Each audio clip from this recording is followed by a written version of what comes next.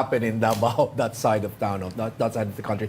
But you're expecting a suspension of Davao City Mayor Baste Duterte.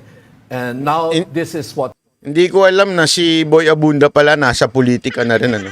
happens. Can you tell us what is driving all this fear or speculation on your part that something is happening, will be happening down there in Davao City? Well, nakita naman natin kung ano talaga nangyari dyan. Sabi ni Rocky, pa-English ka pa, Tagalogin na kita. Hindi naman porket mag-English, matalino. Ako nga, abogado, mag-Tagalog ako eh. Warrant of arrest, pero tamang ginamit yung salita, nagkaroon po ng raid. At yan po ilabag talaga sa ating Bill of Rights, no? Dahil nakasaad po sa ating Bill of Rights na the right of the people to be secure in their places, houses, and papers shall be inviolable, no? Except upon lawful order of a judge, upon finding of probable cause.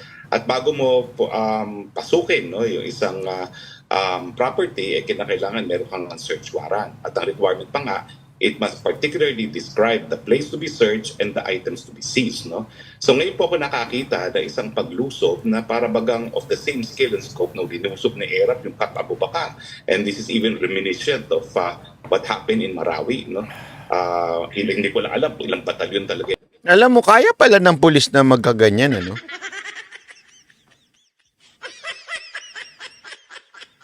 Bakit din nila bantayan yung mga nagraraling mga jeepney driver? Na may nabugbog pang isang reporter. Ba't di kaya yun ang bantayan nila? Itong mga polis na pumasok dyan. No? At hindi ko talaga alam kung bakit tinatrato na parang armed terrorist group itong pinaghahanap nila na kaisa-isang tao lamang. No? Okay. Kanina sinabi ni Ronald Culto, no? Pero alam mo, kahit anong tingin natin dyan, nakalagay din sa ating saligang batas, no? Yung karapatan na magkaroon ng pananampalatayaan. At dapat naman respetuhin natin yan, no? Dahil yan po ay garantiyato talaga ng ating saligang batas. Mr. So Secretary, bukod doon sa kanilang paglusob na wala pong search warrant, syempre yung pagpasok na may mga baril, marami rin Tingnan mo, at saka alam mo ba, yung mga itsura ng mga kababaihan at kalalakihan dyan, parang mga anghel. Delikado nga pag pumunta dyan si Nino. Buti na lang si Nino nagkabilang bakod na. Kasi kung hindi siya nagkabilang bakod, tapos biglang inimbitahan siyang kasama namin, sigurado ko yung tingin niya doon sa mga kalalakihan dyan, yung parang... Di ba siyang dabawe niya? Nakita mo na ba yung mga tao dyan? Sigurado ako nakita mo na yung mga tao dyan. Ang amo ng mukha. May mga lahi. Totoo naman eh. Talagang parang parang hindi makabasag pinggan. Kaya nga doon nagpunta kami dyan, may mga nagpapapicture. Banat ba ipapicture? Gumaganon ako. Huwag kayo masyadong dumikit.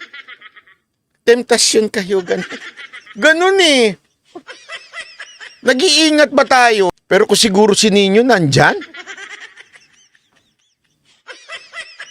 matatanggalan ng ngipin yun.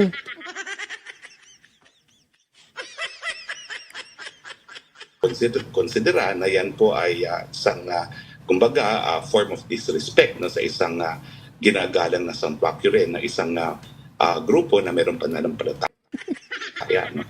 I'm sure kung ito po'y nangyari sa isang Catholic simbahan, and there would be widespread outrage already. No? Dahil talagang since the time of Middle Ages, ang mga lugar na sinasambahan ay kinukonsider nga na sanctuaryo. In fact, yung mga nagtatago from the law, no, talagang binibigyan din ng sanctuaryo dyan sa mga simbahan na yan. Okay. So I think there was not just a violation of the Bill of Rights, there was also a gross disrespect, no, for a religious place of worship. Okay. At Mr. dapat Secretary, mabahala lahat kasi nga di mo maintindihan bakit kinakailangan ganitong karaming puwersa ang magsuserve ng warrant of arrest laban sa isang tao lamang.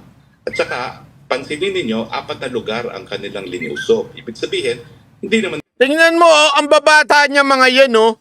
Tapos ang mga... May nakita ho ba kayo mukhang mga tulisan dyan?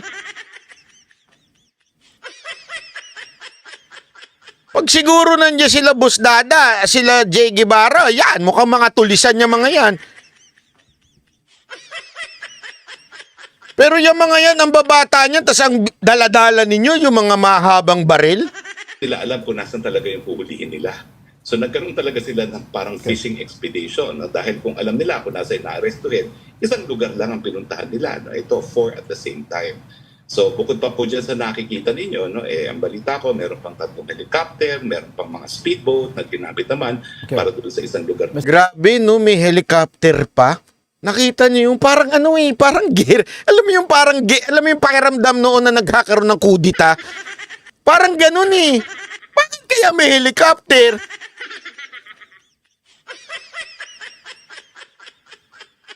Tapos may mga speedboat pa. Ang OA nyo? Sekretary, ang OA mo.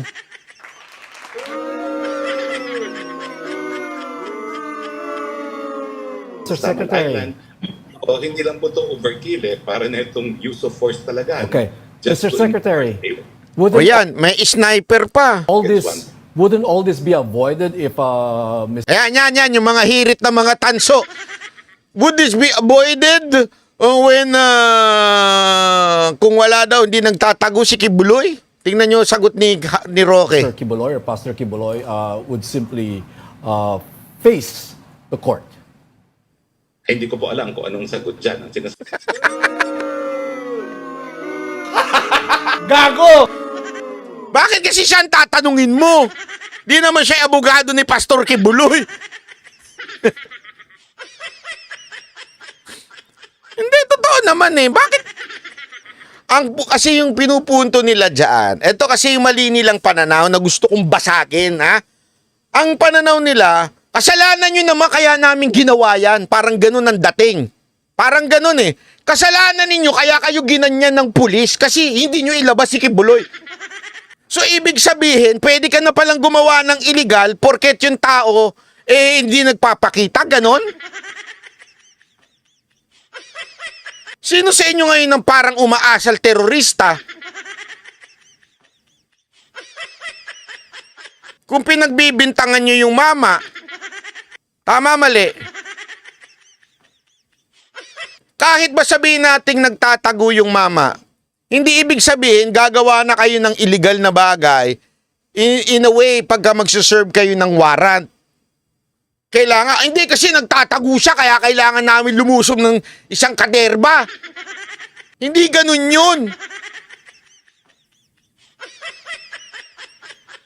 Sabi ko lang, nagkaroon po ng labag sa karapatang pantao sa ating Bill of Rights na yan po ay ginagarantihan ng Estado sa ating teritoryo.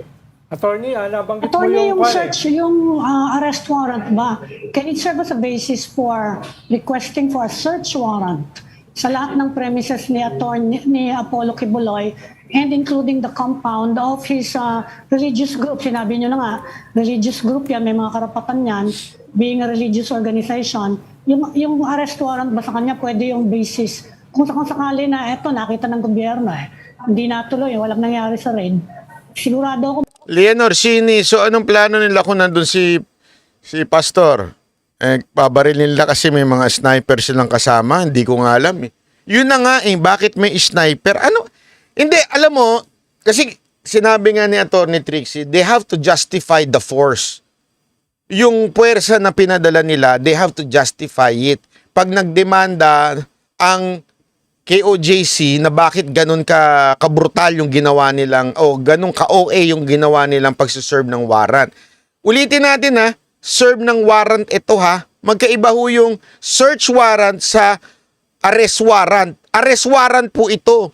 Kung search warrant, dun mas posible pang marami. Kasi sabay-sabay na hahanapin, hahalughugin. Pwede yun.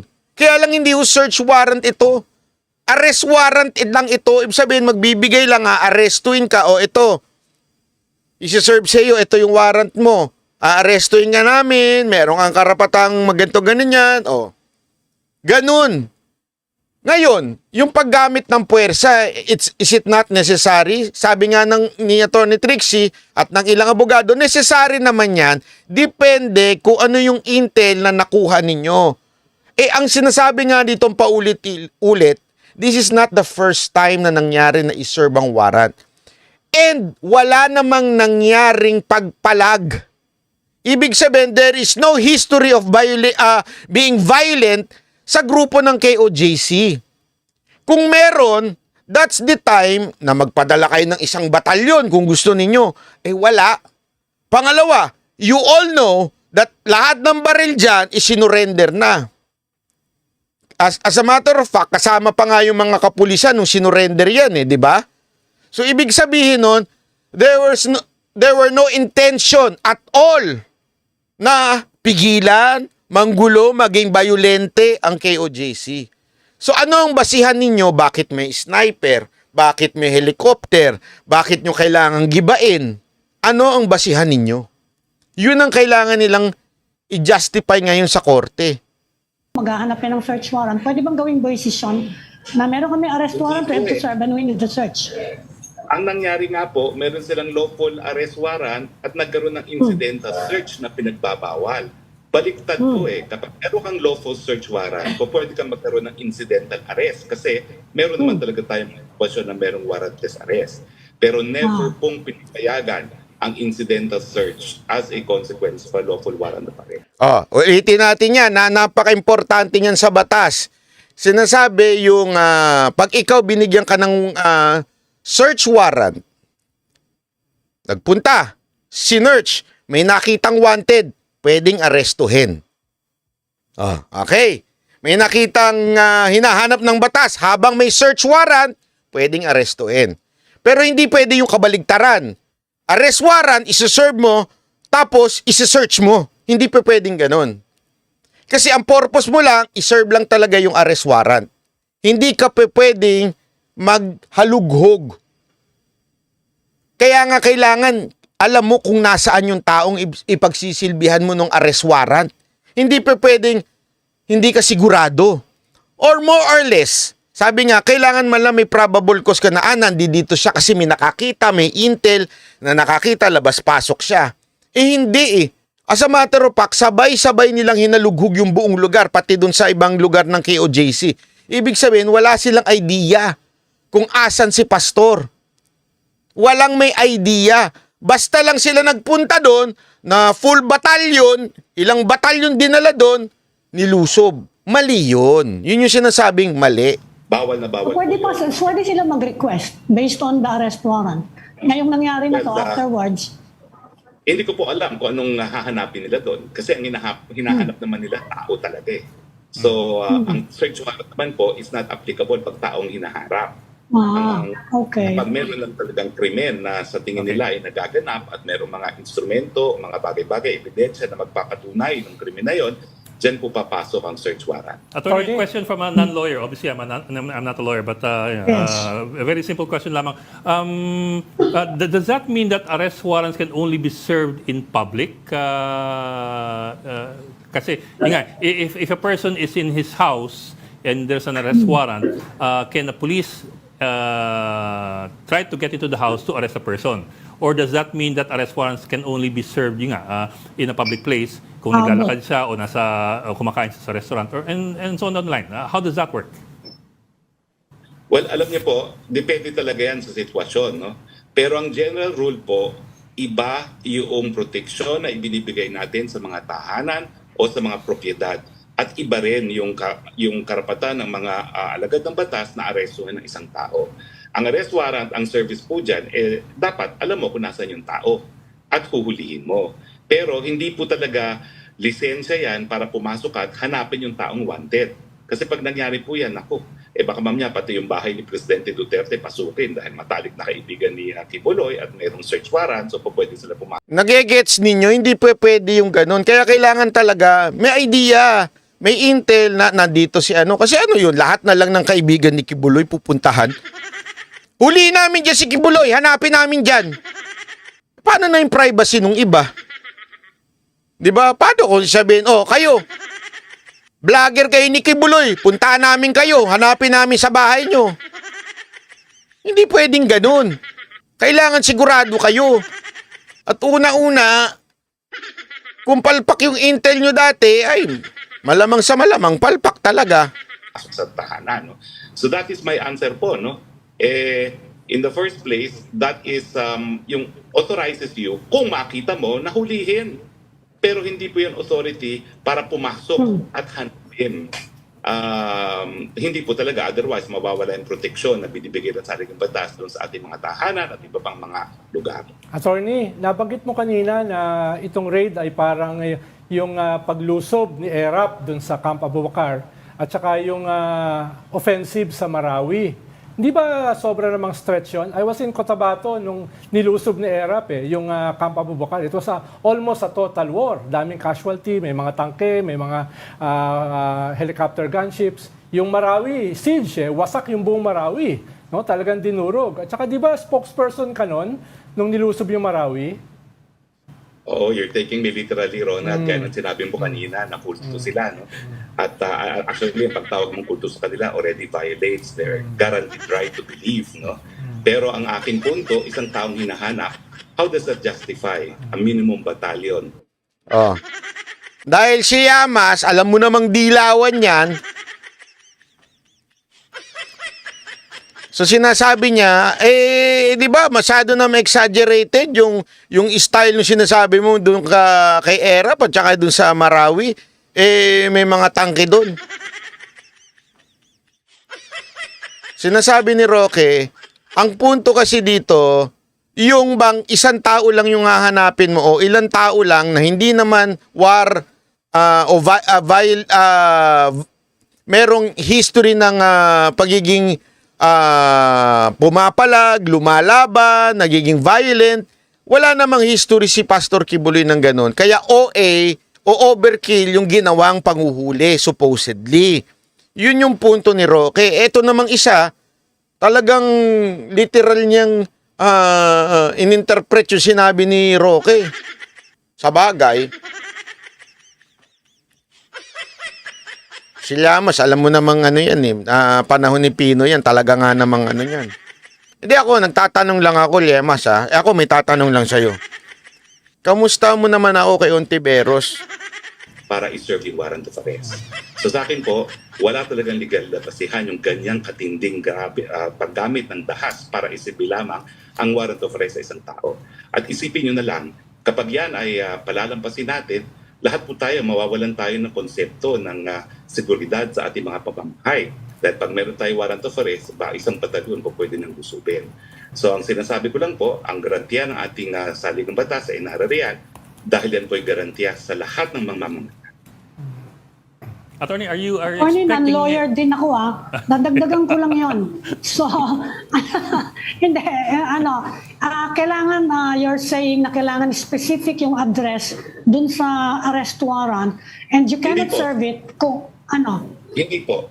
Hindi po kinakailangan specific ang address. Pero dapat sigurado ka na yung taong aarestuhin mo. Wala pong nangyarihan na maghanap sa isang saradong lugar ang mga alagad ng batas dahil meron silang mandamiento de arresto. Kailangan nakikita nila yung tao para arestuhin.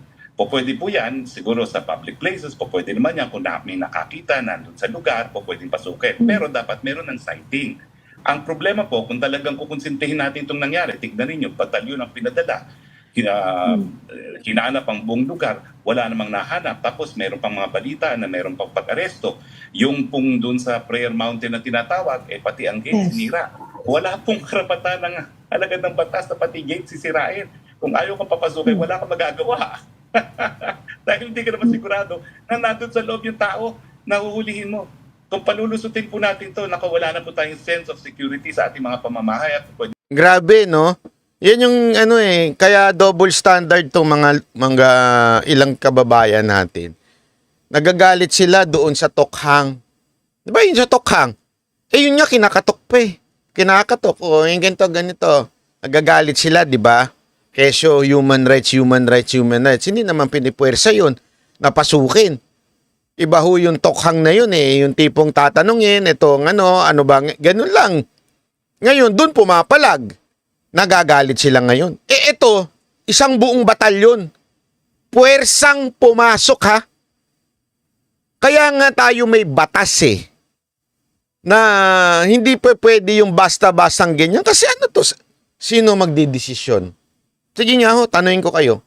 Sino magdidesisyon kung isang taong wanted ay naandito sa lugar na yun? What if lang? Tamang example ni Roque. O ikaw, Duterte, kaibigan mo si Kibuloy, lusubin ko yung bahay mo. Puwersahin kong pasukin. Bakit? Kaibigan mo siya, kaya baka nandyan siya.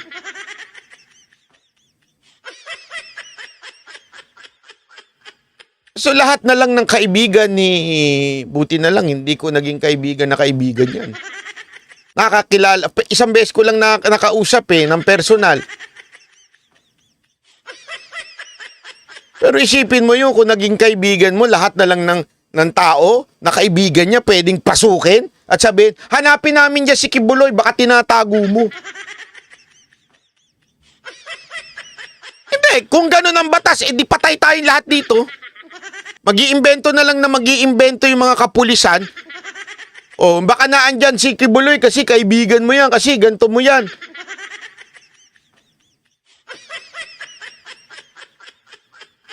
Hindi na tayong lusubin ng kahit sino dahil lang sa isang warrant of arrest. It doesn't work that way. Secretary Roque, isn't the presence of crowd control police, aren't they there because there's also a massing up of supporters of Pastor? There is no massing up. Diyan nakatira yung mga yun. At araw-araw meron silang sambahan dyan. Ano ba? Hindi mas. Kibuloy. Walang alam talaga itong mga ito. Sir, they started the raid at 3 a.m. I do not think there were supporters massing around at 3 a.m. Kung meron man, they must have come later. At makikita mo naman, no, nakita mo naman na hindi naman malaki yung crowd. And I don't think the crowd constituted a clear and present danger dahil sumasayo pa nga sila at tumaawat pa. Ayun. So I do not know how you can consider that as proper for crowd dispersal unit. Attorney, what Aminin nyo na kasi kayo mga nag-i-interview, nagalit kayo. Magpakatotoo na kayo, galit kayo kasi kay Pastor at galit kayo sa SMNI. Yung totoo na. Kunwari pa kayo, hindi kayo biased. With ED yun, ha? what do you expect or what do you fear will happen next after this? Ay nako, pag hindi po natin pinanagot yung ganyang mga gawain, mababaliwala po yung mga garantiya ng ating saligang batas. At alam naman natin ang talagang inklinasyon ng gobyerno ay labagin ng mga karapatan, lalong-lalo na kung papayagan ng mamamayan na labagin niya. Hindi po usaping politika ito. Usapin po ito ng mga garansya na nakasaad sa ating. Kita nyo, yan daw yung mga manggugulo. Kung ako dito kay Rocky, pinapost ko yung video habang nagpi-play. Yan po ba yung manggugulong haharap sa SAP? Yung mga kababaihan na yan, ang babata pa niyang mga yan. Wala pa nga mga boyfriend yan. Kaya nga si Jay Guevara nung nagpunta dyan, tuwan-tuwa eh. Mahilig pa naman sa bata yung si Jay Guevara.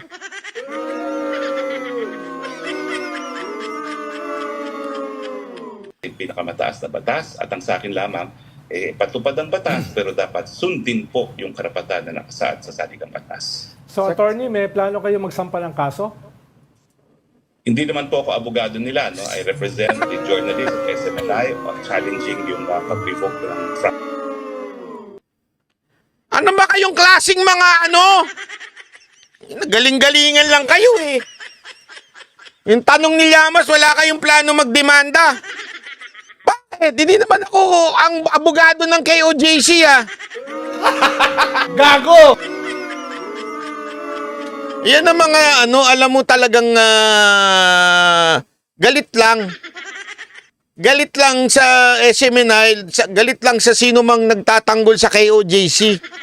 Walang alam, hindi man lang mag-research. Sino ba si Roque doon? Si Roque lang naman po ay anchor ng SMNI. At alam naman natin, yan po si Roque ay talagang yan sa human rights. Lawyer yan. Napakagaling na lawyer niya, kaya nga yan ang lawyer ko.